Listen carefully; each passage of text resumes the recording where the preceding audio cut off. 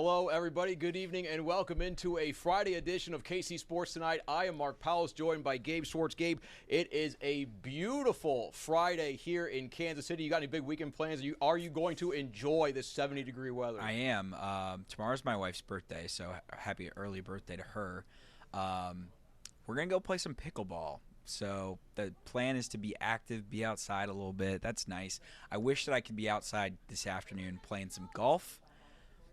But we're here on the clock, and we're talking KC Sports. I took care of that for us this morning. Yeah, there you go. Got a little 18 in. You got a little pickleball later. We're taking advantage of that weather, everything that we need to do. All right, guys, we have 4 big topics to talk about today, but the first one is probably the biggest and the one that will have most of your attention because for the last couple of years, the NFL Players Association has sent out these surveys to players all across the league where they get to rate how their team operates. And this could be anywhere from head coach, this can be to facilities, this can be to your coordinators, which is new this year. And this year, the report was not supposed to come out. The NFL owners wanted to keep this private, but ESPN obtained a copy. And once again, the Chiefs did not do too hot. Gabe, let's just start going through them. Let's go. There's a whole bunch of categories here, but the first one that's listed here is treatment of families. And the Chiefs got a C. Now, to me, this is a little bit surprising because this is so much of what you have to do in the NFL is you got to keep your players happy. You want to attract free agents. You need to treat the people around them well. The Chiefs got a treatment of families C grade. Now, what do you think about that?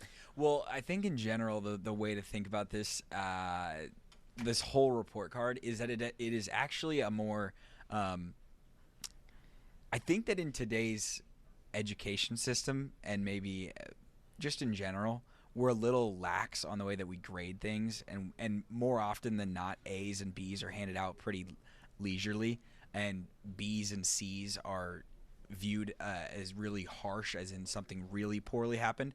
Whereas I think that with this report card, because they give out F's plenty of, and they give out D's and C's with great regularity, to me, if I see something that's a C, yeah, it can stand out, but more often than not, a C on these NFLPA report cards, because a C is typically like rare for maybe a high school grade or for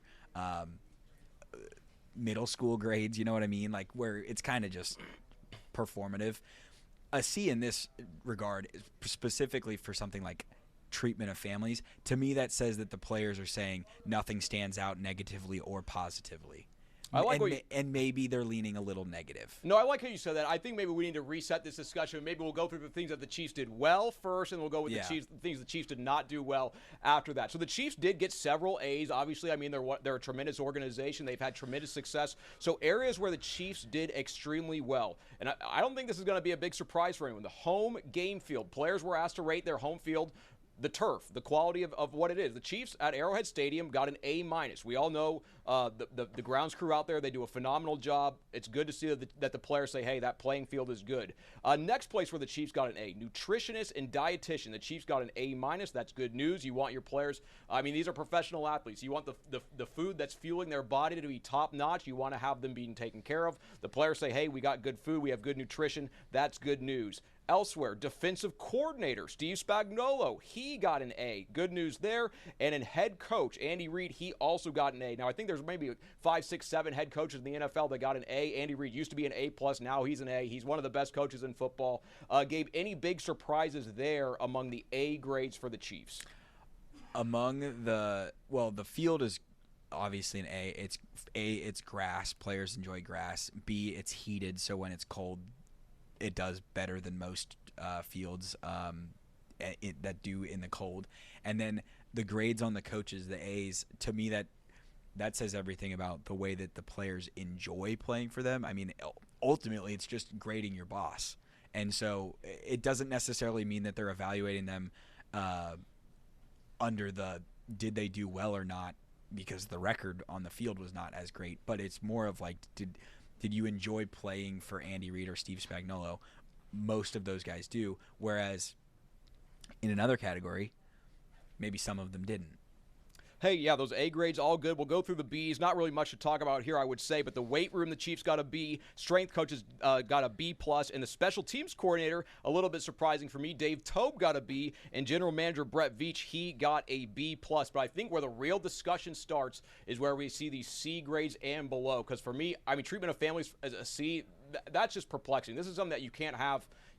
You wouldn't want less than an A or a B, and I'm not going to say the players who the player was, but I'm just a member of the media. I've had players' families come up to me and ask, where do I go at Arrowhead Stadium? How do I get into the building? Where am I supposed to go? Like that, a little suspect there. So that one's a C grade. Training room. Obviously, you want to keep your players injury free. If they are injured, you want them to be, repaired at top notch. Training room, C-.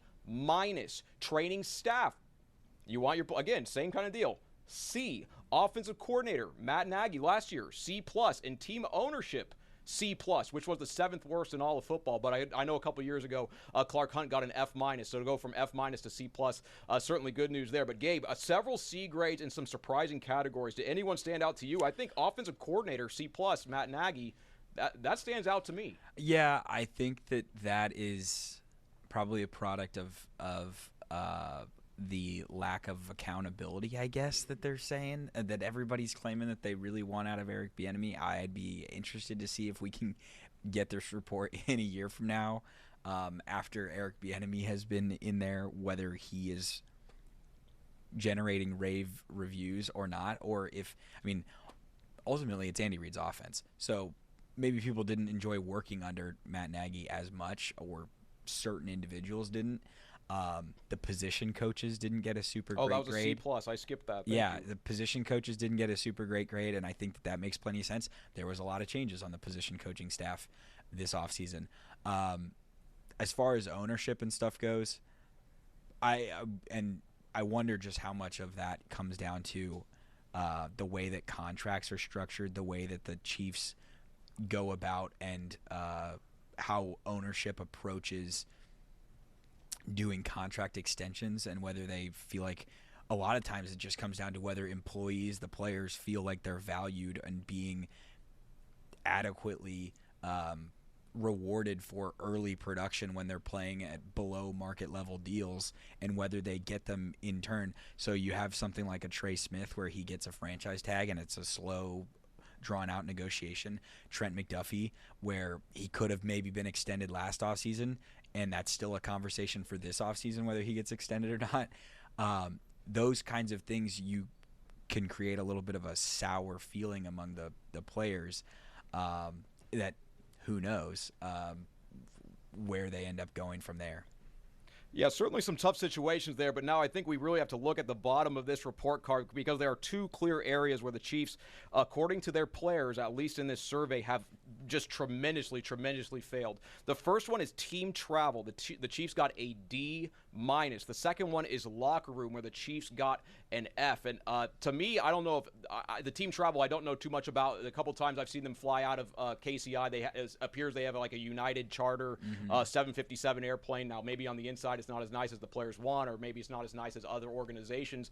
But I can't really speak too much on that. But the locker room getting an F, to me, is very much unsurprising. I mean, Gabe, I know you've been in some top college facilities. I know you've been in some NFL facilities. Like, when you look at what the Chiefs, many of these players, I would argue, have much better locker room facilities at the college level than they do in the National Football League. And I feel like, I mean, think about Xavier Worthy, where he was at the University of Texas. I mean, they probably have one of the best locker room situations in all of sports. And then you come to Kansas City, and it's just not what it is there at Texas. So to me, these are two key areas that are key to attracting free agents and also retaining players: your travel accommodations and the quality of your locker room. So to see the Chiefs, I mean, they've been at the pinnacle of the sport here for the last couple of years. Maybe this year not so much because they didn't make the playoffs, but to find out that, I mean, still, like, they redid the locker room, the Chiefs still give it an F. What are your thoughts on that? Is that shocking to you, and do you think that hurts the organization?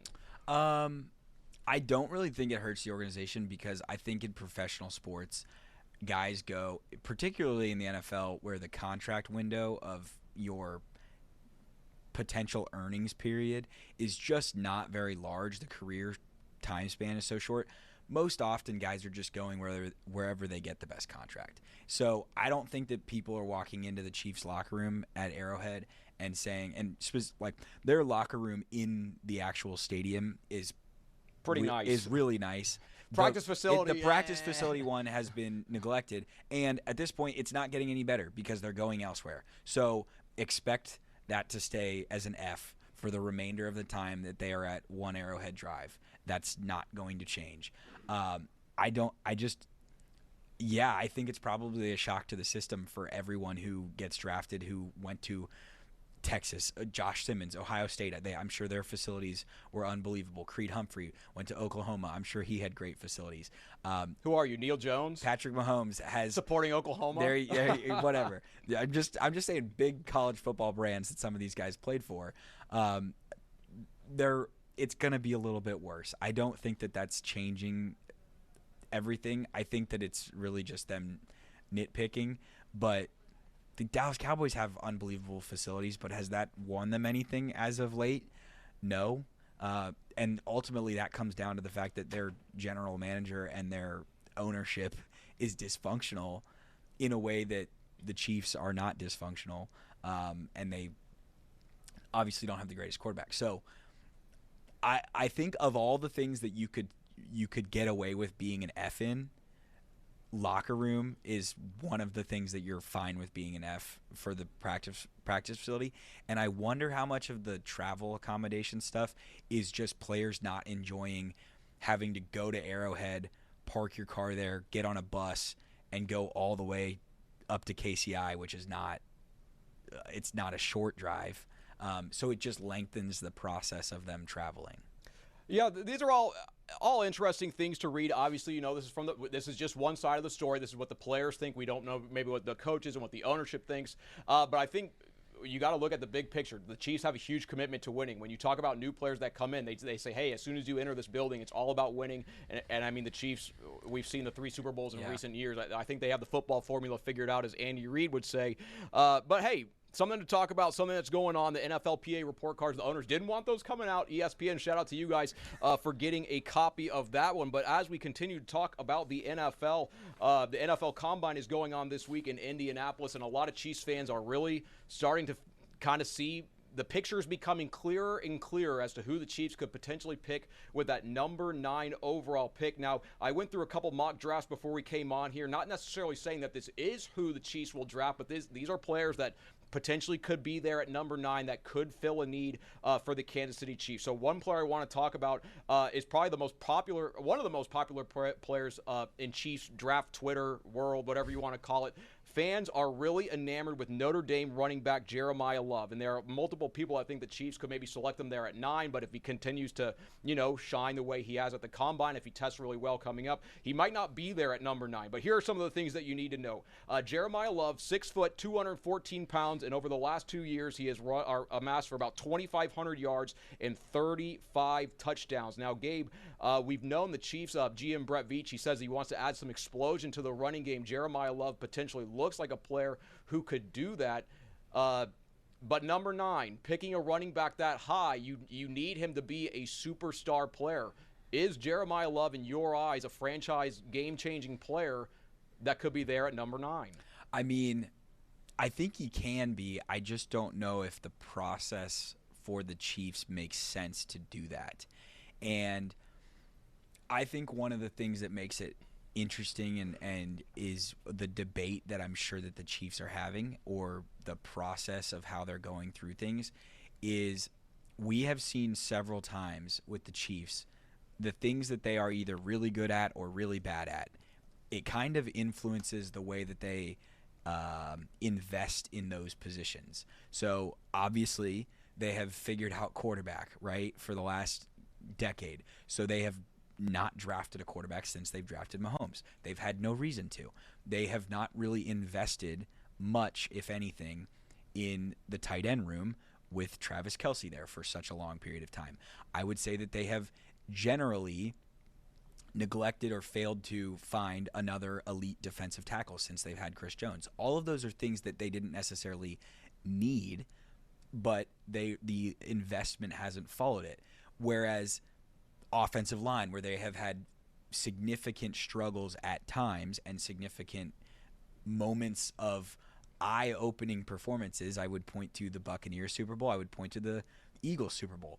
Both of those times that those things happened, the Chiefs responded by going and getting Creed Humphrey in the draft and then going and getting Josh Simmons in the draft and completely reworking their offensive line both times, or seriously investing in it. Running back is one of those things where they significantly invested in it with Clyde Edwards-Helaire in one draft. That failed, and they went with the opposite approach of Isaiah Pacheco in the 7th round and very, very lightly invested in it as of late. Now that's a glaring issue. So do they overcorrect and do they invest a premium draft pick in it? Or do they use both lessons and they meet in the middle and they say, oh, let's use a 3rd or 4th round pick on it and sign someone in free agency? Ultimately, Brett Veach is going to make that choice. But that's what this debate is, because I think Jeremiah Love is an awesome player. It's just a matter of, is number 9 worth investing in it? I think that is a big question, but when we talk about maybe running backs in the NFL, like if you talk like 5 years ago, you saw like these contracts. I mean, the running backs got so devalued.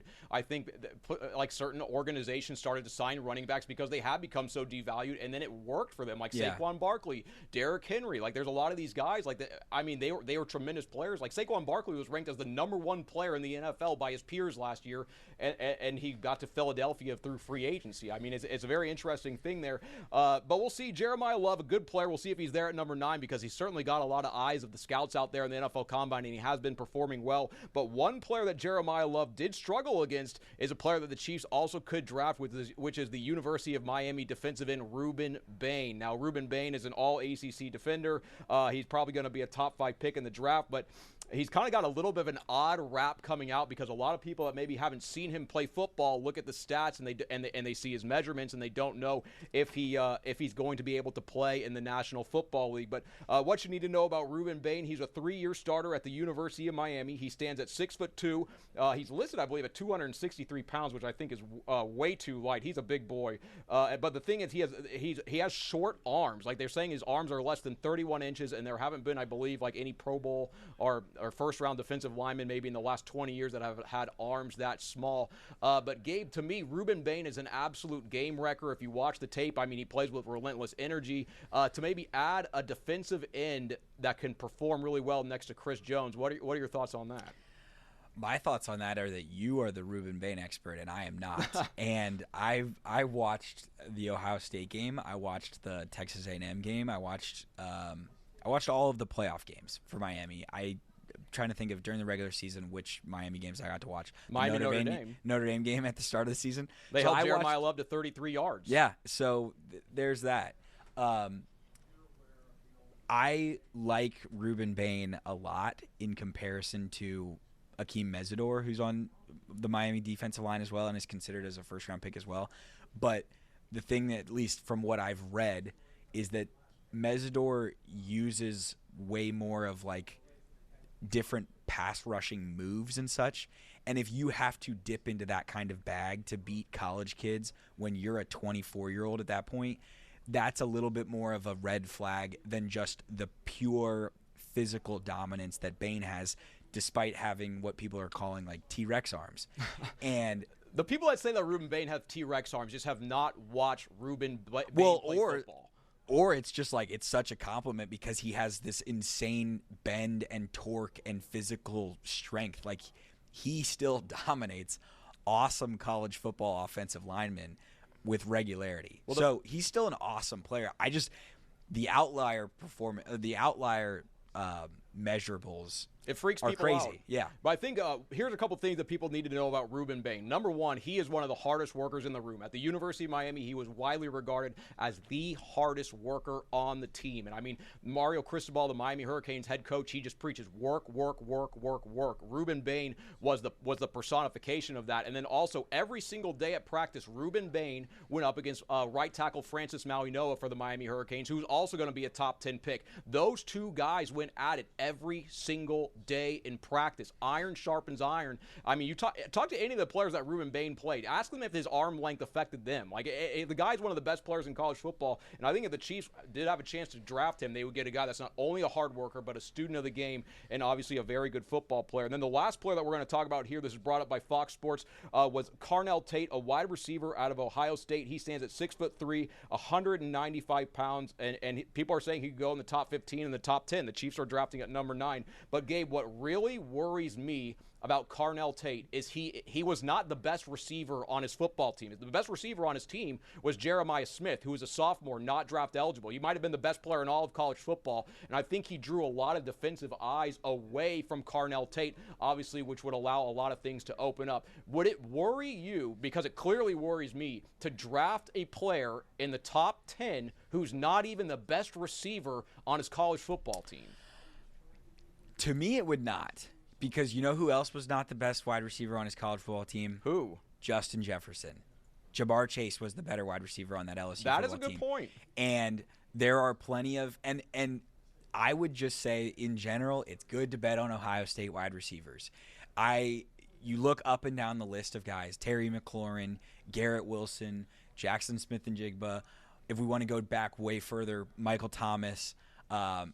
I feel like I'm blanking on several names, but like even Marvin Harrison Jr., who people would say, he's not necessarily lived up to expectations. His floor has been super high. Chris Olave, how can I forget? He was a monster on my fantasy team all last year. Awesome player. Chris Olave was a guy who at times was not Ohio State's best wide receiver while he was at Ohio State. Jackson Smith-Njigba was at times not Ohio State's best wide receiver while he was at Ohio State.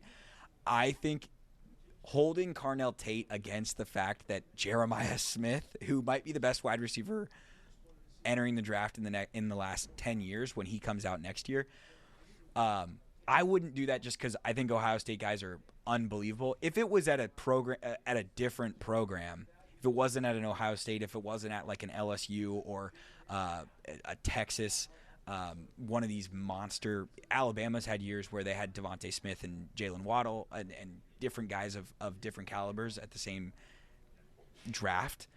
You can have multiple first-round pick wide receivers, and yeah, it might make life easier, but I think it makes life easier more on the quarterback who's throwing them the ball, who just has to be like, who's the guy who's wide open, more so than it is the wide receiver who is still working these defensive backs. What intrigues me about Carnell Tate is just his size, 6'3", 195 pounds. I mean, you look around who the Chiefs have at wide receiver. I mean, Rashee Rice, we know there's a situation there, and I'm not going to say anything more about that. But you say not some of the these biggest other guys. guy. Yeah, there's Xavier Worthy. There's Hollywood Brown. I mean, these guys are small. Like, the Chiefs need a big-bodied wide receiver. Carnell Tate could fit that mold, but again, one thing that worries me, and their two biggest games of the year, Big Ten Championship, 4 catches, 45 yards. Cotton Bowl, 3 catches, 37 yards. You know, when the stakes are the highest and you're playing the best players, you have to step up, because in the NFL, you're playing college all-stars all over the field. They are the best of the best. And I know a lot of times people like to look at these college stats, but I think when you talk about college stats, you have to talk about how these teams play. I mean, the top teams in college football, Ohio State plays teams that they are far and away more talented than. I mean, it's not like the NFL where the stats are against like good competition week in and week out. In college, the stats can really lie to you. So look at how they do against good teams. But hey, I think if the Chiefs got any of those players, Ruben Bain, Jeremiah Love, or Carnell Tate, I think there's a good reason to be excited about all those. But we'll see what the Chiefs do there at number 9. But we have a lot more to talk about here. We've got about 6 more minutes. We're going to talk about the Kansas Jayhawks tomorrow. They go on the road, number 14 Kansas to number 2 Arizona, in a game that is absolutely pivotal to KU's Big 12 title chances if they want to win that Big 12 regular season title. Obviously, the odds are a little bit stacked against them, but the Jayhawks 8.5-point underdogs at Arizona, despite beating them at Allen Fieldhouse earlier this month without Darren Peterson. Now, some things to know about Arizona. Koa Pete has returned to practice, but he has not played since, I believe, February 14th, and he played just 11 minutes in Arizona's loss to Texas Tech.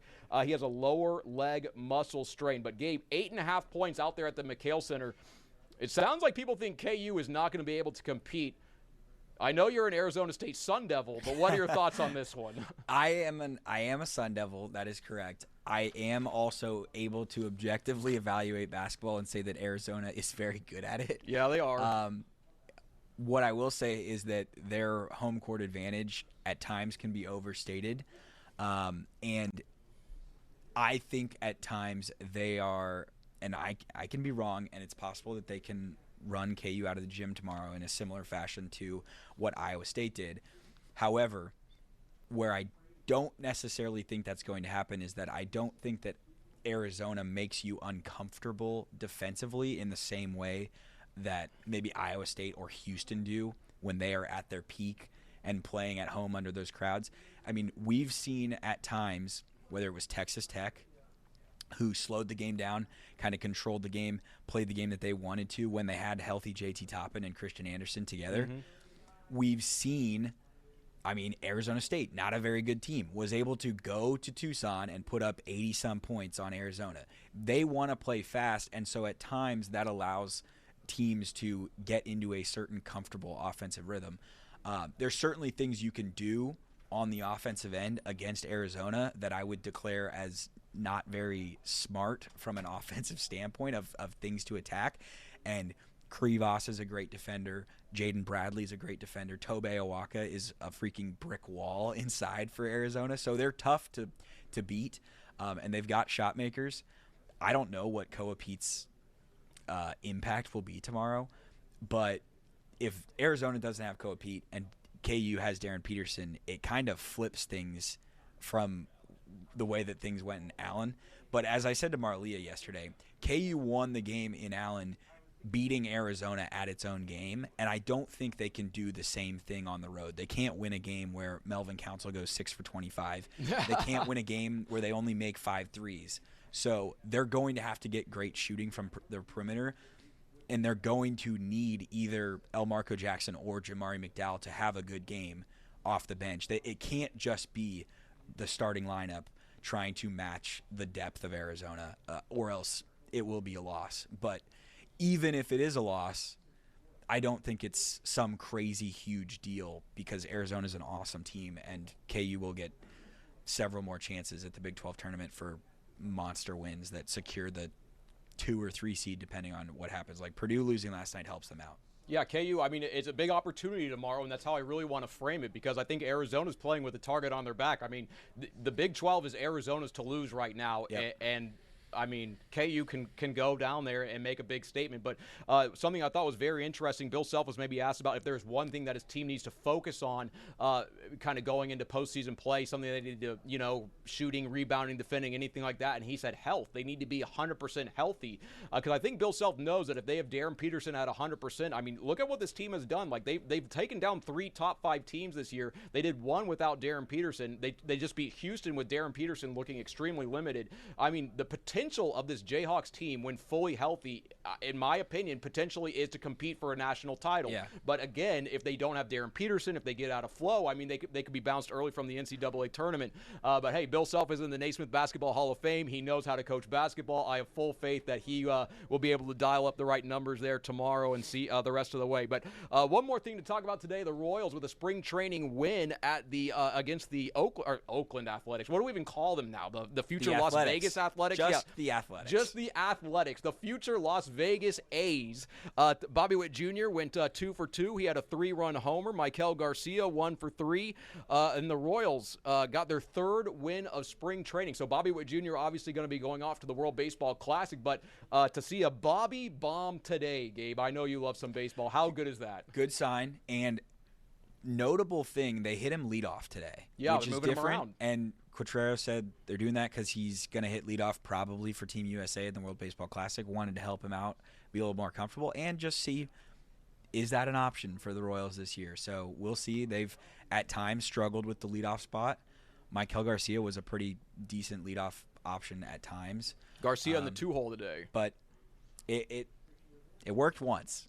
So I think anytime you have Bobby Witt Jr. at the plate, it's a good thing for your team. Yeah. I mean, he's one of the best players in all of baseball. We are so lucky to have him here in Kansas City. Guys, I don't want to, get too excited here, but I think there's a lot of reasons for optimism with this Royals group this year. I think it's going to be a very good season for them. Obviously, we hope they can stay healthy. One more note before we close. The KC Mavericks take on the Allen Americans tonight out at Cable Dahmer Arena, and the Mavericks are going for their 13th straight win. They've already had a 14-game win streak this year. Then they lost, and then how do they respond to that loss? They win 12 in a row. Tonight they have going for number 13.